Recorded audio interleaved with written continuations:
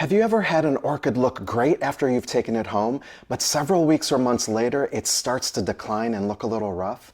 In this video, I'll explain why treating your orchid like all your other houseplants can lead to a slow and frustrating decline, and the simple shift that will get your orchid back on track. Lots of people place their orchids wherever they want in their home, not realizing how important light is, because bad advice online has made it seem like orchids can grow in low light, just like a pothos, or maybe a peace lily. But it doesn't quite work that way. Orchids have a much more delayed reaction to poor growing conditions, especially light and watering.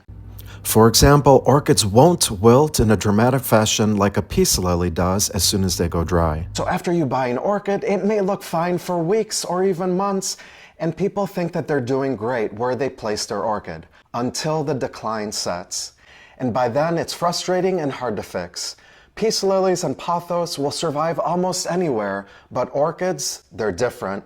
And if you want flowers, light is non-negotiable. No one grows orchids for just the leaves. So instead of placing your orchid where you have your other houseplants, move it to a location with much more light. That's the shift that will make all the difference.